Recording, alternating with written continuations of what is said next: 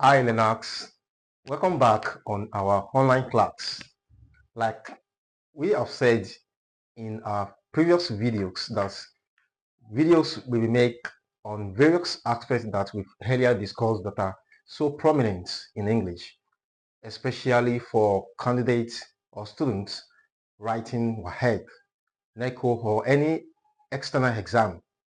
So today on our outlines, we want to look at grammar, structure, and we want to look specifically on the topic that is more or less the basis of English, the basic topic of English grammar. You see, this particular topic, word clerks, which we know as the part of speech, like I do say, is a very important subject and topic that should be well taught by or to any English learners. You see, word clerks, like it is said to be, it is how to categorize, how to place every words of English into what part they belong, into what category they belong. That is why we call it the part of speech, because the speech in English are formed through the words that will combine together to make sentences, to make clauses, to make phrases. So, which is why it is obligatory as an English learner for us to be able to place every word of English under what part of speech do they belongs. And it is not a new thing. We know that the part of speech, they are basically eight in numbers. They are eight in numbers: the noun, the pronoun, preposition, conjunction, interjection, verb, adverb, and the likes. So, which why, like I do say, it is obligatory for every learner of English to be able to place every words to which part of speech do they belongs. Like every word of English actually asks where it can be fixed to, of which part of speech do such words belong to. It is only in some condition where we have the articles that cannot be placed as a particular part of speech. The article there, the three articles, there, a, and han. Specifically, these are the words in English that we can or we might not be able to place. But even to some function, there, they can still be used as modifier. They can still be used as determinants, especially when they are qualifying a noun. And particularly, we should know that every word that comes together to form a sentence belongs to one particular part of speech. Let's take this expression for instance. The beautiful girl is my sister.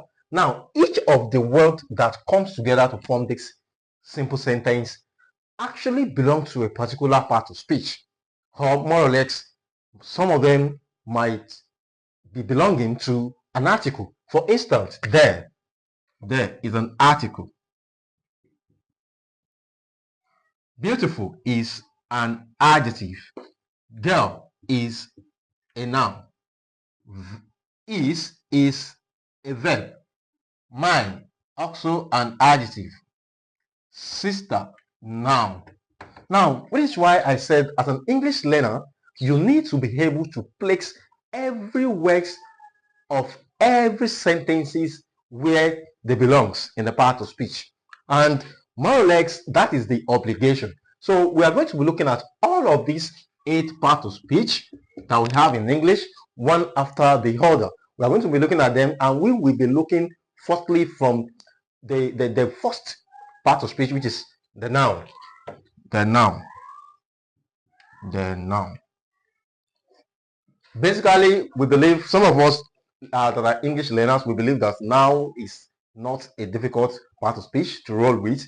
But meanwhile, you'll discover that there are a lot of things about noun that we need to know that might be hidden, that we might not be putting our mind onto. Now we know that noun, basically, nouns are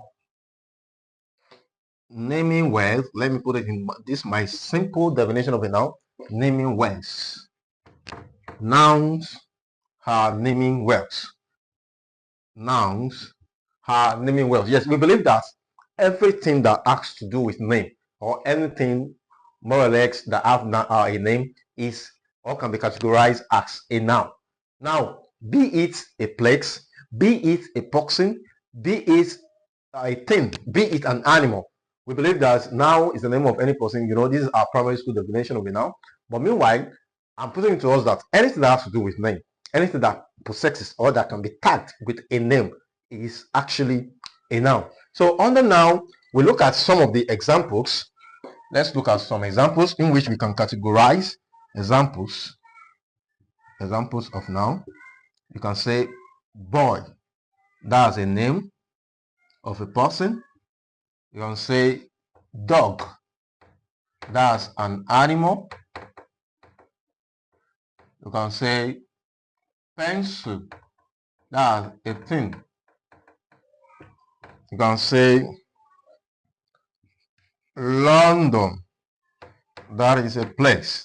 Yes, we have a lot of examples of nouns depending of which category we want to place it. Is it a name? Is it an animal? Is it a thing? Or is it a place? So a noun is practically anything that has to do with name, anything that possesses or that can be tagged with a particular name. So under noun, we have to put the example we want to come up with.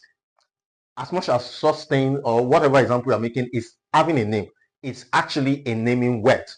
Anything that has to do with name can be categorized as a noun. Take for instance, with this example we earlier made for how words can be placed under the part of speech. The beautiful girl. You discover that girl is a name. Then sister is also a name. You discover that. Now let's look at some topics under noun. That is, what are the topics we should know under the noun? Under the noun. Nouns. So now we are going to look at the types of noun. Types of noun. Then we'll look at number noun, number / gender noun. Gender noun. We might not be able to discuss all of these things in this particular video, but on our subsequent video that will be coming up, in not being in a subsequent way, we might just be bringing any topic from any of this part of speech. You understand? So we're not going to focus everything on a particular part of speech in a video. We'll just be coming up with topics that are relevant that we need to know on all of these topics in the part of speech. Now let's look at the types of noun. Types of noun. Basically, there are about 5 or 6 types of noun. Number 1, we have what we call proper noun. Proper nouns. Number 2, common nouns. Common nouns. Number 3, we have what we call the collective noun. Then we have what we can tag as countable / uncountable noun.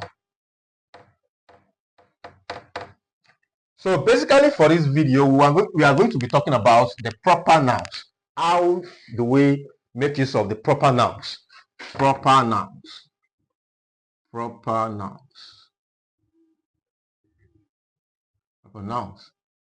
Basically, the proper nouns, these are the category or set of nouns that we are obligatory to start with capital letter whenever we are writing them. The proper nouns, the only rules that govern the usage of those nouns that we can place or categorize as proper noun is that they must be written starting with capital letter. Now, proper nouns are nouns. These are nouns. These are nouns. These are nouns that should begin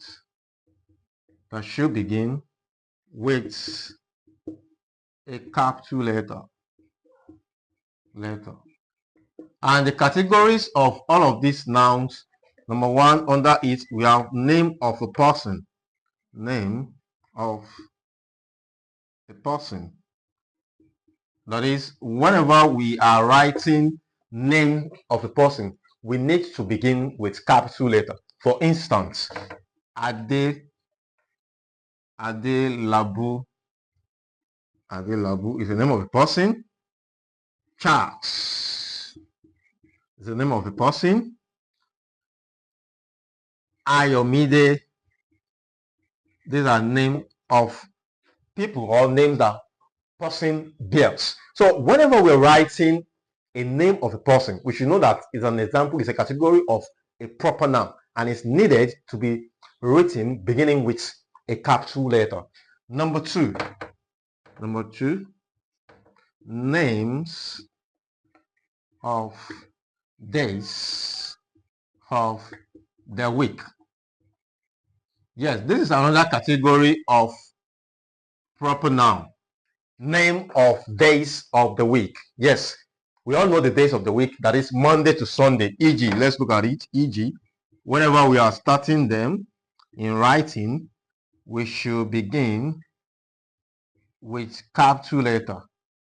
Sunday. Yes, etc. So when we are writing the name of the week, we should begin with capital because it is a proper noun. A lot of us will make that mistake when we're writing, and which is why some of us as students in WAEC or writing any exam that has to do with writing, we have been penalized whenever we flout all of these rules of English grammar. Number three, another category, names of the months. The months of the year. Yes, we all know categorically examples of the names of the months of the year. January, March, October, etc. So whenever we are writing this as well, we need to begin with what? Capital letter. Capital letter. Another category is let me have a way here. Another category is title of a king. Title. Yes, let me put it as number 4. That will be number 4. Title. Either title of a king, a kingship, or anybody that it may be. For instance, if you want to write the Oshemawe, the Oshemawe of Ondo. So beginning with the letter that begins the title must be written in capital letter. Let's say the Deji of Akure, another one. The Deji of Akure, Deji of Akure. So all of the titles of the kingship of a person that holds a prominent position in the society, they are to be written to following the rules of the proper noun, which they must be written starting with a capital letter. Another one, number 5, another one is names of some natural phenomena. Yes, natural phenomena. That is, for instance, like a river, like a rock. Like for instance now, Olumo Rock.